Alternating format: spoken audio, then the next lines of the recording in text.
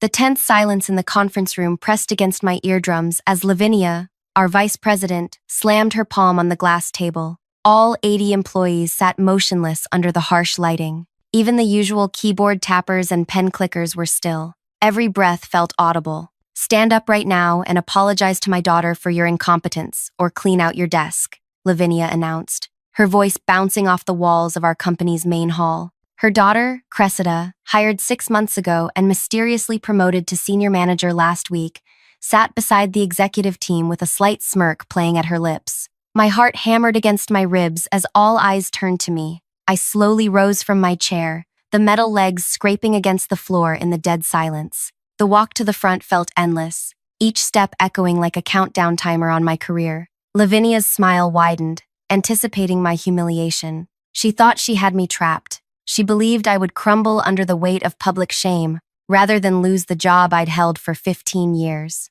She had never really known me at all. I connected my personal device to the display system. The projector hummed to life. "I believe this will clarify the situation," I said, my voice quiet but clear. Lavinia's smile vanished when I didn't immediately launch into an apology. Instead, I tapped the screen. Her daughter's voice filled the room. "Mom, I totally botched the Harrington presentation. I mixed up their financial assessment with our internal projections. But don't worry, I told everyone it was all her fault." Then Lavinia's unmistakable voice. "Perfect, darling. Keep blaming her for everything. Once this merger goes through, we'll restructure the entire department anyway. Just hold tight until our bonuses clear." Shocked gasps rippled through the room. Lavinia lunged toward me, her heels stabbing the carpet. "That's private! Turn that off immediately!" she shouted, reaching for my device. Bennett, our CEO, held up his hand. "Continue," he said, his expression hardening. I nodded and played the next recording. "Just delete her slides before the investor meeting," Lavinia instructed. "Say there was a technical issue. We need the board to see only your version of the proposal." "But what if someone asks questions I can't answer?" Cressida whined. "Then you look at her and say, 'Perhaps you can explain why your data didn't support this conclusion.' Make her look unprepared." With each new recording, Lavinia's face lost color. Cressida sank lower in her seat, no longer smirking, but staring at her trembling hands. Bennett stood slowly. "How long has this been happening?" I met his eyes directly. "Since Cressida was hired, I have dated copies of my original reports alongside the altered versions she submitted under her name. And this isn't just my department. I've spoken with 3 former employees who experienced similar treatment before being pushed out." The room remained absolutely still as I disconnected my device and returned to my seat. Lavinia stood frozen at the front, her mouth opening and closing without sound. But I knew this was far from over. The real battle was just beginning. If you've ever witnessed workplace sabotage or stood up against an abusive manager, hit the like button right now. Subscribe to hear more stories about workplace justice, and leave a comment sharing your experience. Now, let me tell you how this entire nightmare began. My name is Imogen, and until 6 months ago, I was the rising star of our analytics department. I had spent 15 years building my reputation through meticulous work and innovative strategies. My colleagues respected me, upper management consulted me, clients specifically requested me for their projects. Then Lavinia hired her daughter. I remember Cressida's first day. She wore a designer outfit and introduced herself by announcing she'd graduated from an elite university with honors. Later, I discovered she'd barely passed and had been on academic probation twice. "Imogen, you'll be mentoring Cressida," Lavinia announced during a department meeting, 3 days after Cressida started. "Show her everything you know." I noticed several colleagues exchanging glances. Everyone understood what mentoring the boss's daughter meant, babysitting an entitled newcomer while maintaining my full workload.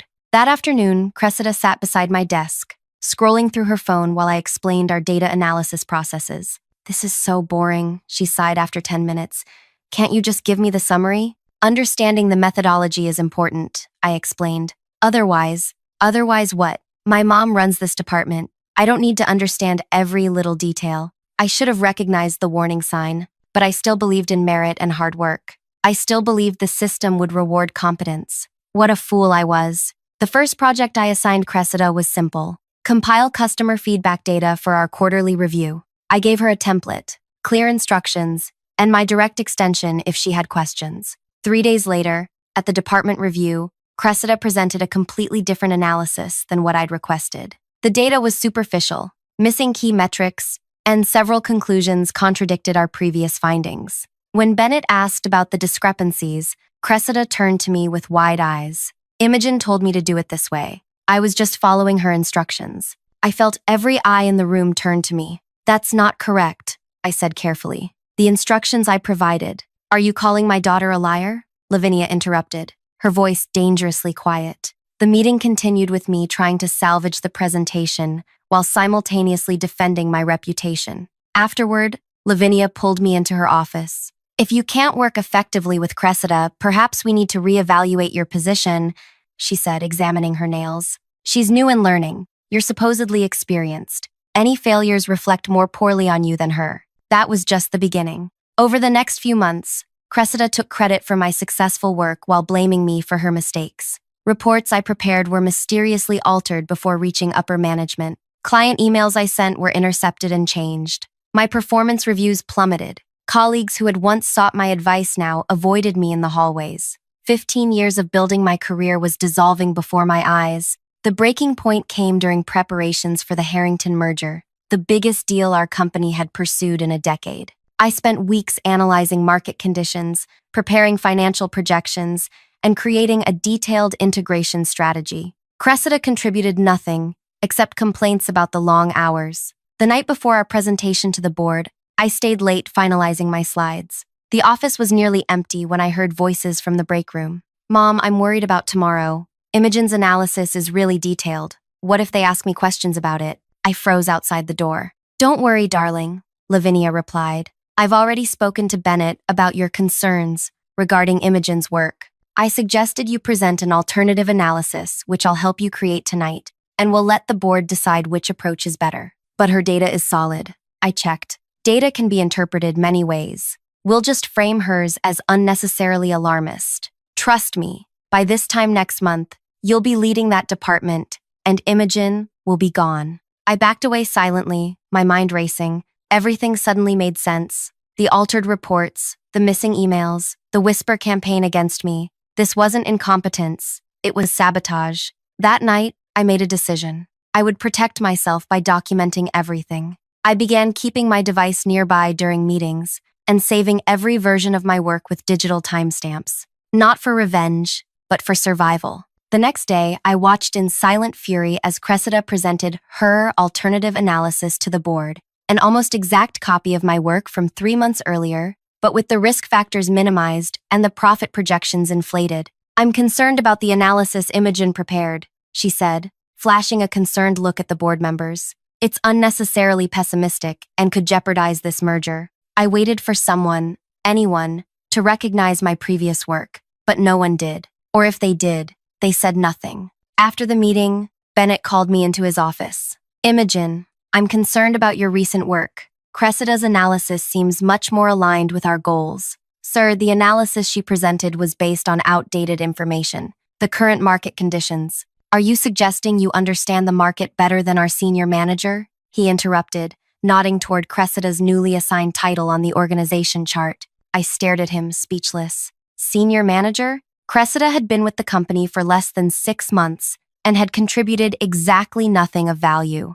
No, sir, I finally managed to say. I'll review my approach. For the next 2 weeks, I gathered evidence methodically. I recovered original emails from server backups. I compared document versions with their altered counterparts. I recorded conversations when legal in our jurisdiction, and I reached out to former employees who had left under similar circumstances. What I discovered was worse than I imagined. This wasn't just about Cressida. Lavinia had been systematically pushing out talented employees who might threaten her position or who refused to play along with her schemes. She had built a network of loyalty, not through respect, but through fear and favoritism. Then came the week of the all-staff meeting. The Harrington deal was proceeding based on Cressida's flawed analysis, and problems were emerging that I had predicted in my original report. Rather than acknowledge these issues, Lavinia decided to find a scapegoat. Me. The morning before the all-staff, she cornered me in the elevator. Tomorrow's meeting won't be pleasant for you, she said with a tight smile. But if you publicly apologize for your mistakes and acknowledge Cressida's superior work, I might consider keeping you in a reduced capacity. I looked her directly in the eyes. And if I don't, then empty your desk before you leave today. Your choice. The elevator doors opened, and she stepped out, confident in her victory. She had no idea what was coming. That night, I couldn't sleep. My career, my reputation, my future, everything I'd worked for hung in the balance. Was I really prepared to risk it all? As dawn broke, I made the call that would change everything. Hello? The voice was groggy with sleep. Penelope, it's Imogen. I'm sorry to call so early, but I need your help. Penelope had been our largest investor for years, though she rarely attended company functions. I had worked directly with her on several projects before Lavinia took over the department. Imogen, is everything all right? No, I said, my voice steadier than I felt. And I need to show you why. We agreed to meet at a quiet cafe 3 blocks from the office. I arrived early, my laptop and files arranged neatly on the table. When Penelope walked in, I almost didn't recognize her. Gone was the casual investor who preferred to work behind the scenes. This woman moved with purpose, her eyes sharp and assessing. You have 15 minutes, she said, sliding into the booth. Use them well. I opened my laptop and played the recordings. I showed her the original reports alongside the altered versions. I explained the pattern of sabotage and the threatened careers. Penelope listened without interruption, occasionally making notes. When I finished, she closed her notebook and studied me. Why come to me and not human resources or Bennett directly? Because HR reports to Lavinia, and Bennett has been dismissing concerns about her for months. You're the only person with enough influence who might actually care about what's happening. She nodded slowly. And what do you want from me exactly? Attend today's all-staff meeting. Witness what happens. Then decide if this company is being led the way you thought when you invested in it. Penelope checked her watch. I'll make some calls. Be ready. I arrived at the office an hour before the meeting, my stomach tight with anxiety. As I walked through the lobby, I noticed unfamiliar faces in suits, speaking quietly with Bennett in his office. The glass walls didn't allow me to hear their conversation, but their serious expressions told me enough. My desk phone rang. Imogen, Bennett's voice was clipped. Come to my office now. My legs felt wooden as I walked across the floor. Every eye tracked my movement, speculation rippling through the department. They all expected today to be my last day. Bennett wasn't alone when I entered. 2 members of the board and a woman I didn't recognize sat with him. Penelope was nowhere to be seen. Close the door, Bennett said. I did as instructed, fighting to keep my breathing even. These are some serious accusations you've made, he began, tapping a folder on his desk. Lavinia has been with this company for 12 years. 11 years, 7 months, corrected one of the board members. And she's generated significant growth. Yes, I agreed. She has, by taking credit for other people's work and eliminating anyone who threatens her position. The unknown woman leaned forward. I'm Dominique from legal. We've reviewed the materials you provided to Miss Penelope. While concerning, recordings made without consent can be problematic from a legal perspective.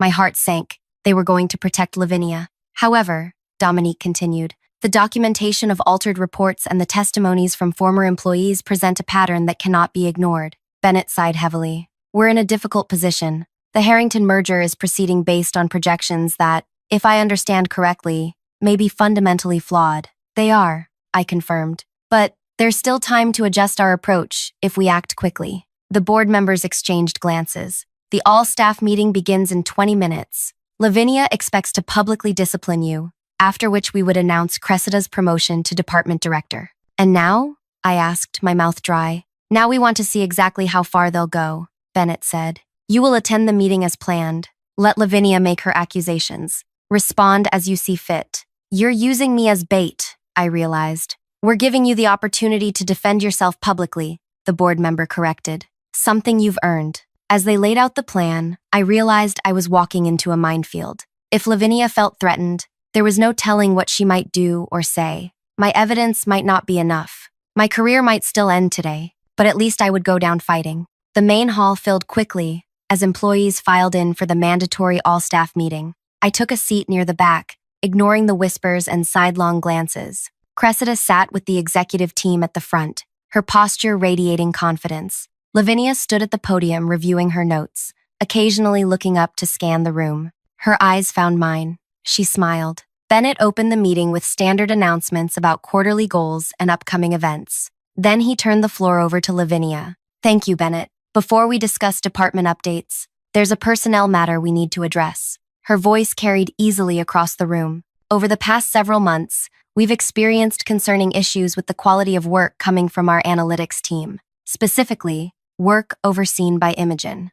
A murmur rippled through the audience. Most recently, her flawed analysis of the Harrington opportunity nearly derailed an important merger. Fortunately, our senior manager, Cressida, identified the problems and provided a corrected assessment. This pattern of undermining company initiatives cannot continue. Lavinia's gaze swept the room. Imogen, please stand. And there it was, the moment everything had led to. I rose slowly from my seat, aware of every eye in the room turning to me. Accountability is a core value at this company, Lavinia continued. We all make mistakes, but refusing to acknowledge them is unacceptable. Stand up right now and apologize to my daughter for your incompetence, or clean out your desk. The silence that followed felt suffocating. I took a deep breath and walked to the front of the room, the sound of my footsteps unnaturally loud. Instead of taking position at the podium, I moved to the computer station, controlling the room's display system. I believe this will clarify the situation,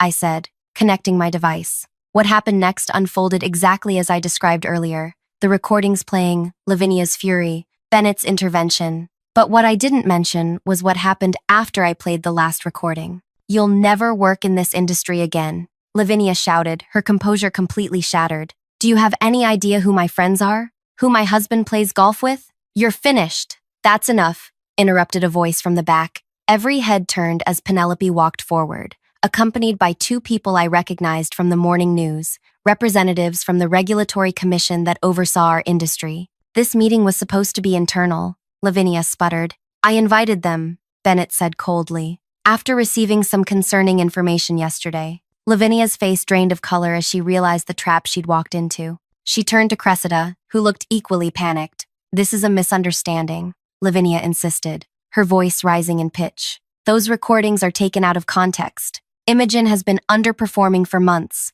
Ask anyone in her department. Actually, said a quiet voice from the third row, that's not true. Jordan, a junior analyst I had barely spoken to in weeks, stood up. Imogen trained me when I started. Everything I know about data integrity came from her. But 2 months ago, Lavinia told me to rework Imogen's market assessment to show different conclusions. When I refused, I was removed from the Harrington team. One by one, other colleagues stood up. Each had a story, pressure to alter data, instructions to exclude Imogen from meetings, directives, to report her non-existent mistakes. Lavinia looked wildly around the room, her carefully constructed empire crumbling before her eyes. Cressida, tell them how Imogen tried to sabotage you. All eyes turned to Cressida, who seemed to shrink in her chair. I just did what you told me to, Mom. The regulatory representatives moved forward. Miss Lavinia, we'd like to speak with you privately about these allegations,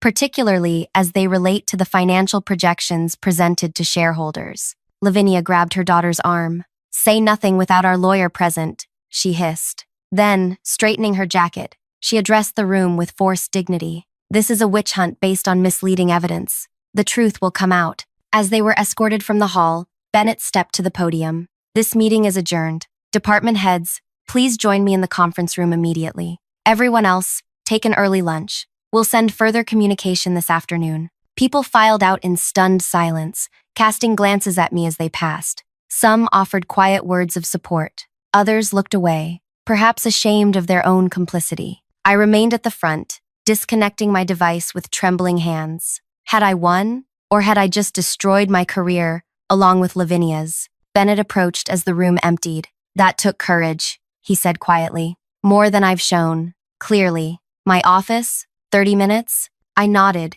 gathering my things. As I headed for the door, I noticed someone waiting. Penelope. Walk with me, she said. We moved through the empty corridors in silence until we reached a small courtyard at the center of the building. Penelope sat on a bench and gestured for me to join her. You realize what happens now, don't you? She asked. I shook my head. I honestly didn't think beyond today. The Harrington merger will need to be reevaluated based on accurate projections. The executive team will be scrutinized. The board will implement new oversight, and someone will need to manage this transition. Bennett seems capable, I offered. Penelope gave me a measured look. Bennett knew. Imogen. Maybe not everything, but enough. He chose to look away because Lavinia's department appeared successful on paper. My stomach dropped as the implications sank in. So what happens now? I asked. That depends largely on what you do next, Penelope replied, standing up. Our meeting with Bennett should be illuminating. I suggest you consider carefully what you want. As she walked away,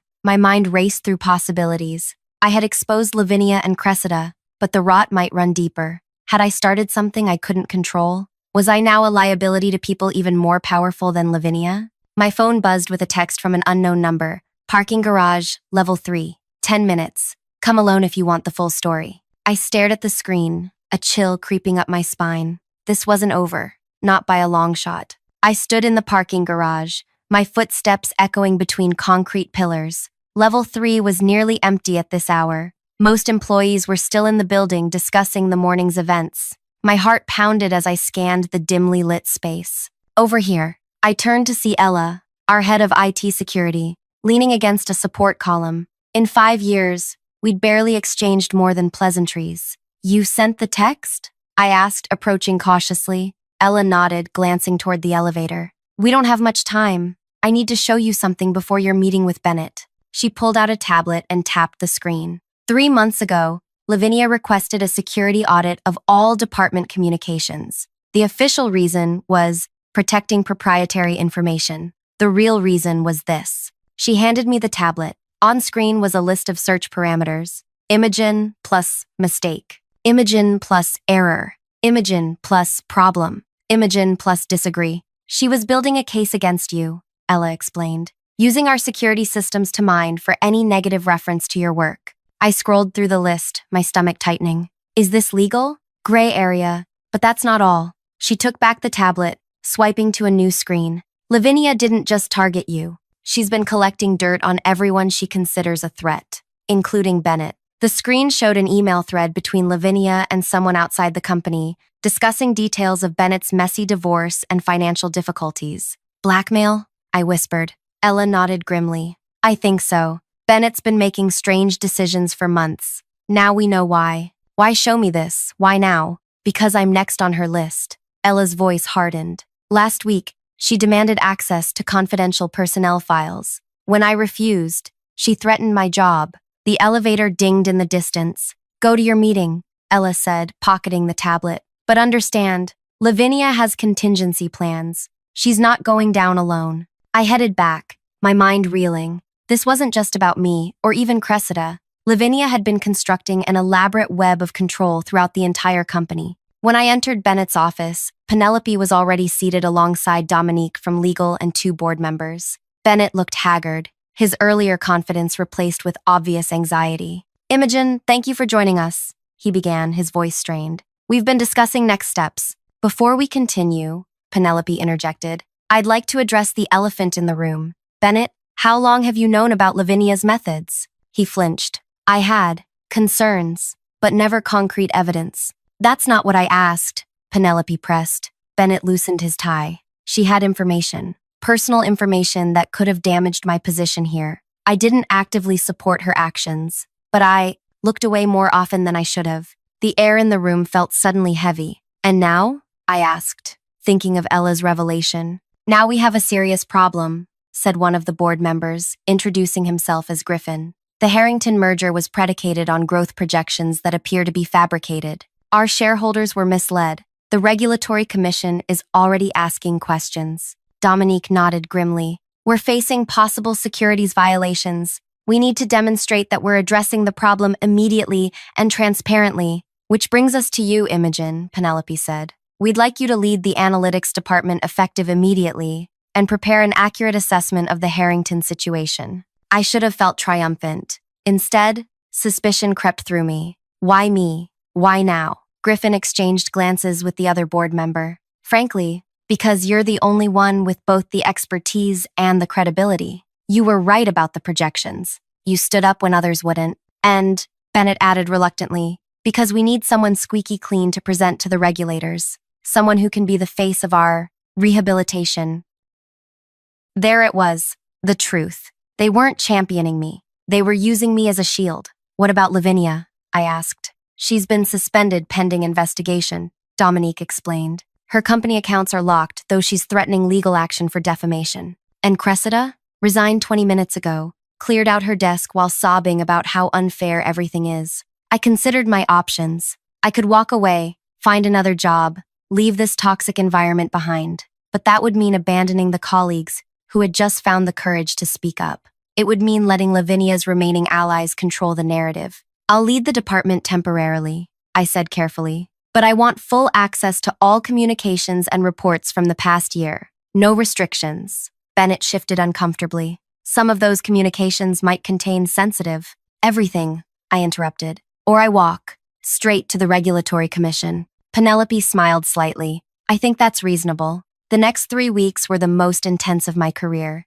By day, I led a team rebuilding our analytics from the ground up. By night, I combed through the mountain of data Ella helped me access. What I discovered was worse than I'd imagined. Lavinia hadn't just targeted me, she'd systematically undermined at least 7 promising employees over the past 3 years. She'd altered financial projections to ensure her department always hit targets while others struggled. She'd cultivated relationships with board members through carefully orchestrated coincidental meetings. Most disturbing were her contingency plans. Hidden in encrypted folders were dossiers on every executive and board member, personal information, financial details, private communications. She had leverage on everyone, including, I discovered with a chill, Penelope. Meanwhile, the company attempted damage control. Bennett made public statements about governance improvements and renewed commitment to integrity. The board established an ethics committee. Human Resources launched a review of promotion practices.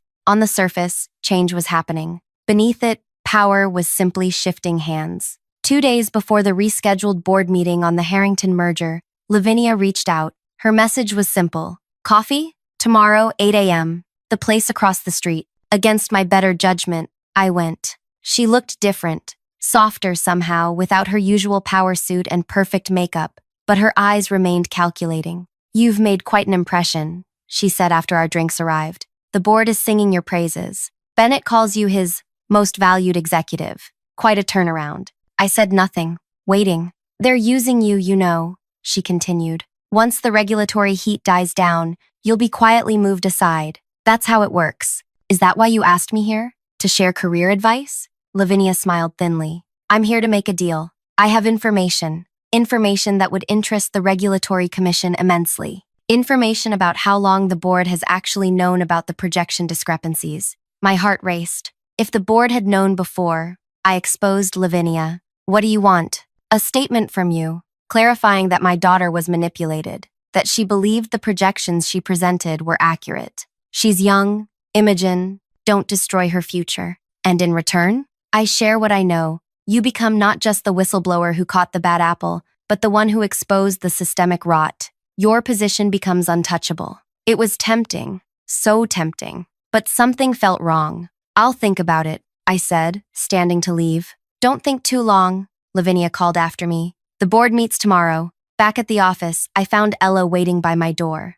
You met with Lavinia, she said. It wasn't a question. How did you? Building security still alerts me to her presence. What did she want? I explained the offer. Ella's expression darkened. It's a trap, she said flatly. She's recording everything now, trying to catch someone, anyone, in a conspiracy. She's desperate. That night, I barely slept, turning over possibilities in my mind. By morning, I knew what I had to do. The boardroom was tense as executives and board members gathered for the critical meeting. The Harrington representatives attended virtually, their faces serious on the large screen at the end of the table. Bennett opened with pleasantries, then turned to me. Imogen, please present your revised analysis. I stood and connected my device to the display system, just as I had 3 weeks earlier in the all-staff meeting. But this time, instead of playing recordings, I showed a comprehensive timeline of the Harrington projections. As you can see, I explained, the original projections from my team were accurate. The market conditions haven't changed.